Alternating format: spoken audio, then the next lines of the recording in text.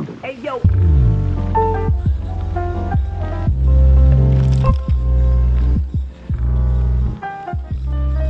All right, day 3 in South Korea. Left Seoul for a few days. We'll return there in a week. We're gonna explore the countryside. Check out a small town known as Gyeongju for 2 nights. So, just got here. It's around 12:45 right now. Took a itinerary is here, so you can follow along with me. But I ended up taking a 10 a.m. train from Seoul.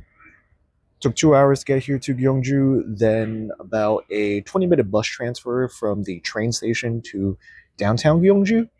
I'm going to be staying in a Hanok tonight, one of the old Korean style of homes from the 1900s or even way back before then. Regardless, stored my luggage at the bus terminal in a luggage locker for a few hours as I go out and explore the city for a little bit. Gonna head over and get some lunch first. Ironically enough, most of the things I'm gonna do are basically a block or two away from the Hanok. So it definitely would have been much more convenient to just store it and see if they could just store my luggage for a few hours before check-in. But whatever. It's about a 10-15 minute bus ride over there to where I'm headed for lunch.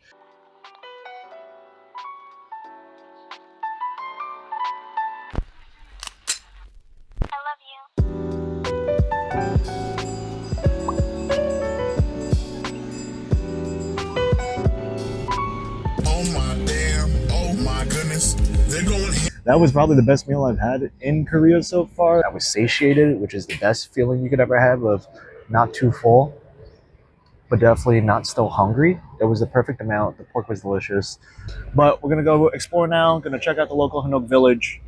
Going to check out the Gyeongju National Museum, and then visit the Cheomseongdae, which is, I believe, the world's longest surviving observatory, and the Daereungwon, or the local burial mound tomb complex. So we're gonna do all that, then grab our luggage, then check in, and then dinner and dessert after that. It should be a low-key night. Everything's generally very closely located to each other, so I'm not doing a lot of walking today.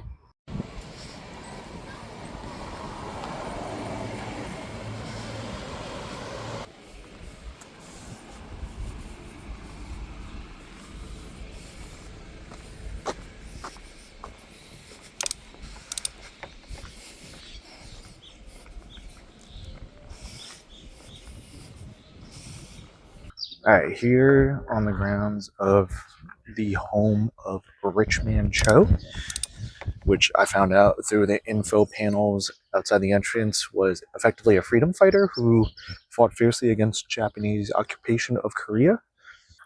He donated a lot of his money to such causes and ended up donating all of his money to what would end up being the founding of 2 universities here in Korea.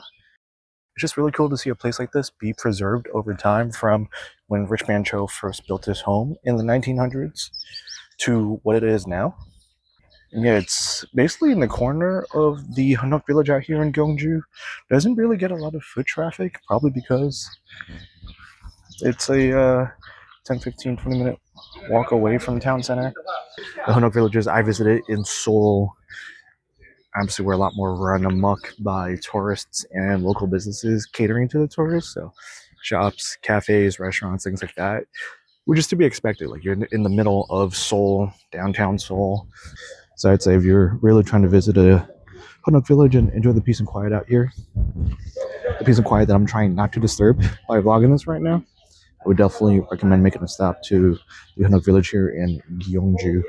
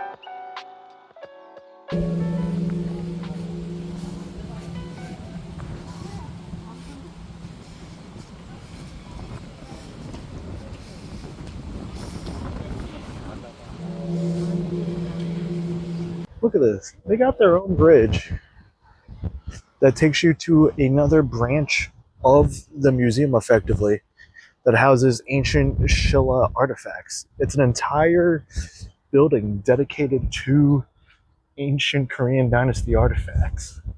Been here for about half an hour already, and this museum's really interesting and great. Walked in just in time to join an English-speaking guided tour of the Silla exhibition that they have in the main hall. Really cool to learn about the Silla dynasty. And then the ultimate demise of the dynasty being incest, because they were very prideful on keeping the wealth and success that they had obtained within the dynasty. And so to do that, they believed in procreating with each other.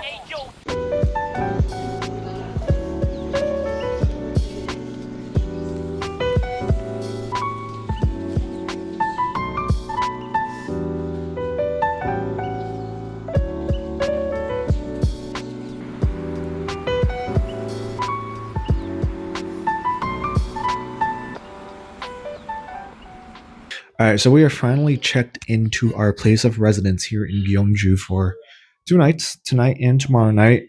Cost of this place was around $40 a night, so 85 bucks in total, all in. Very solid. Can't complain. Probably my cheapest residence I'm gonna have.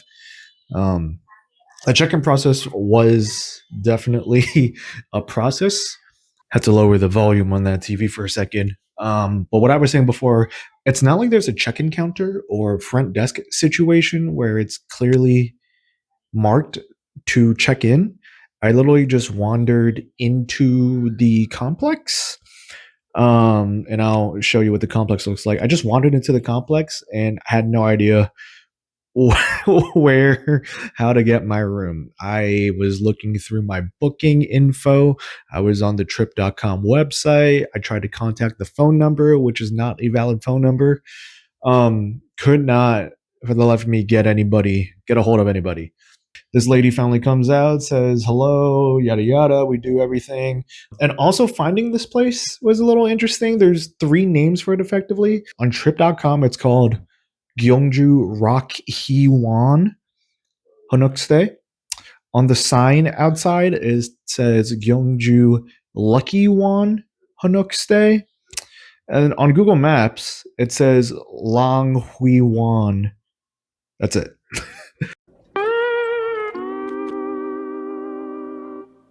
I think that's the probably close to the phonetic translation of the Korean that the elderly couple who owned this place wanted to call it. And then some things just get lost in translation.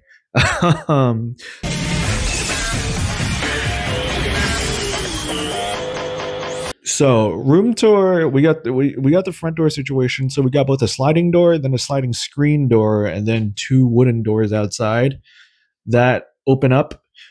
The interesting thing is, if I can show you real quick,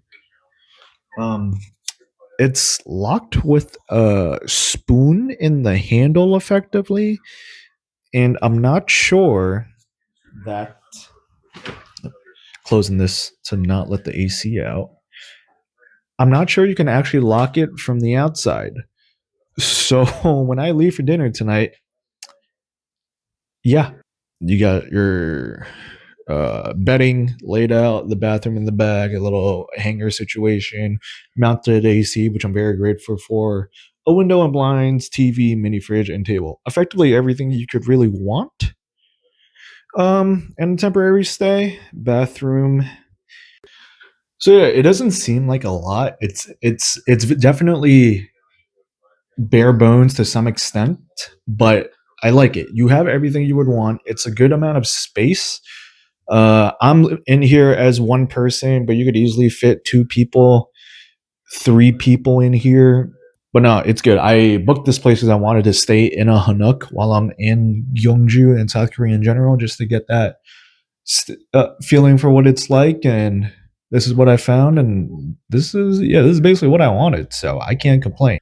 With that being said, we are going to make our way to dinner now. It is 6:22.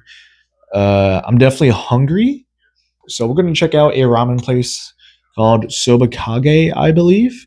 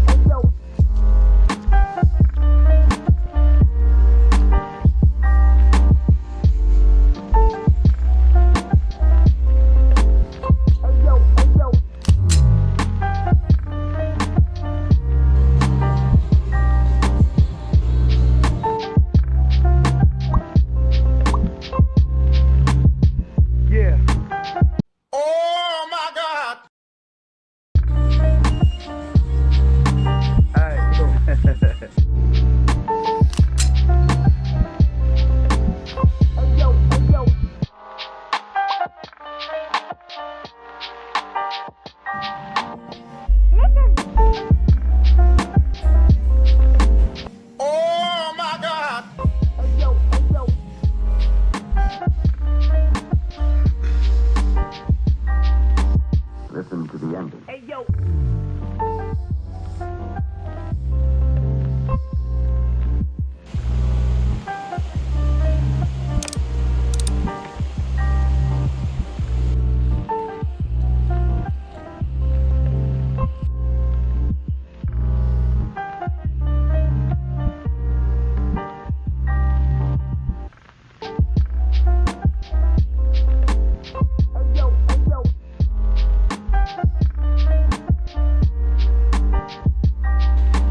Listen to the ending.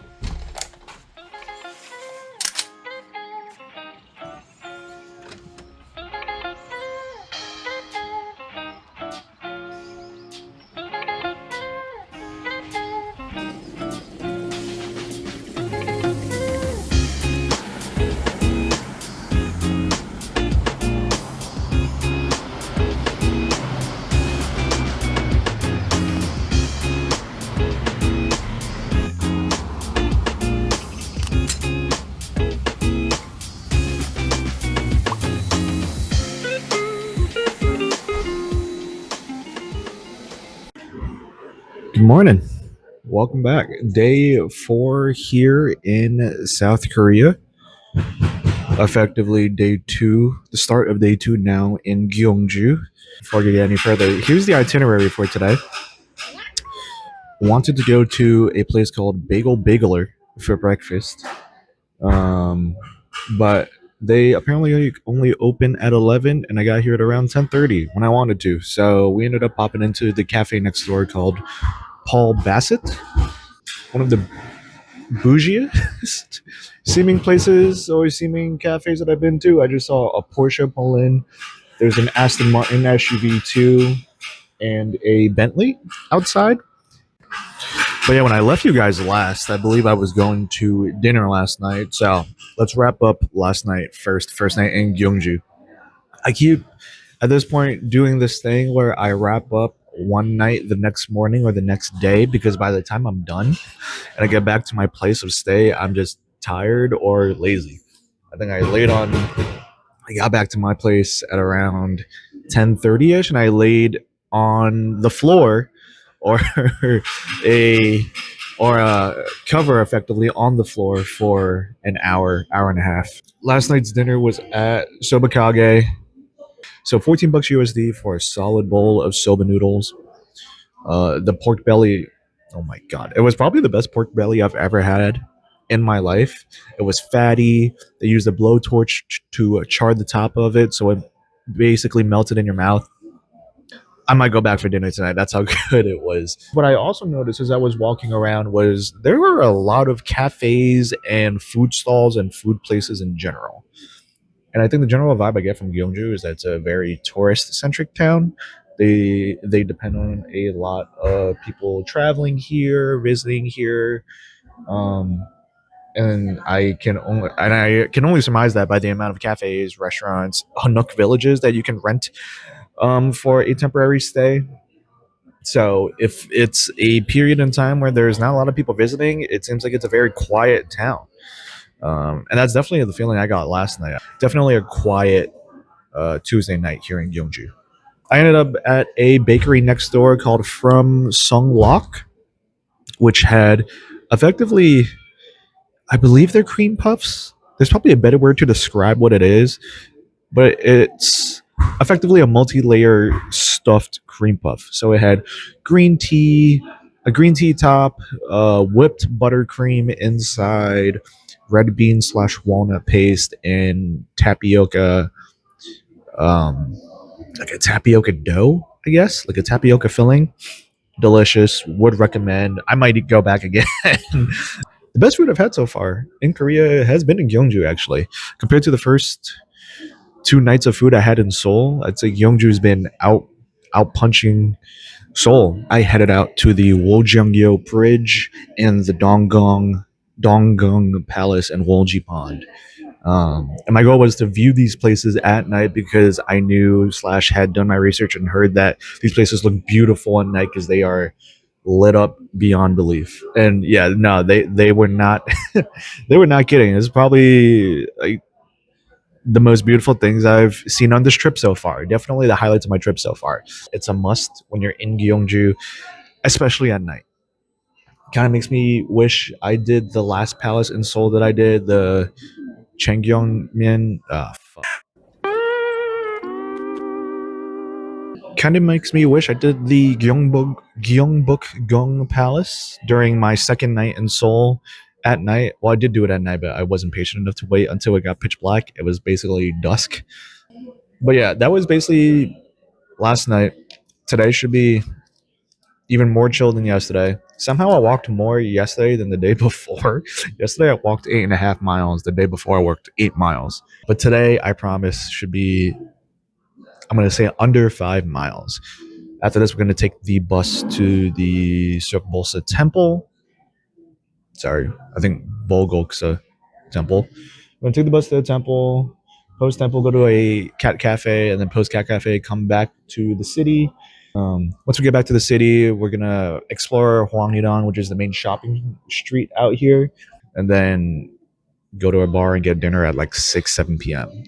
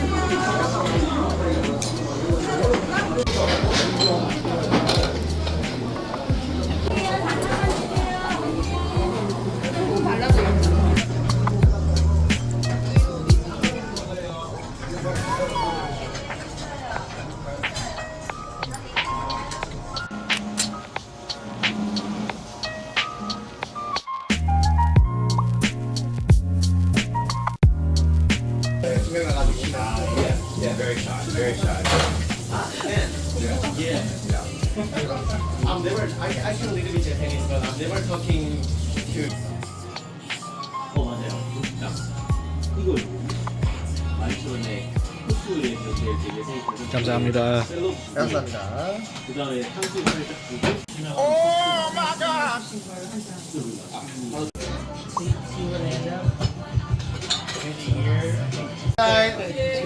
Cheers. 감사합니다. 감사합니다. Yep. Chan is the clean sound that we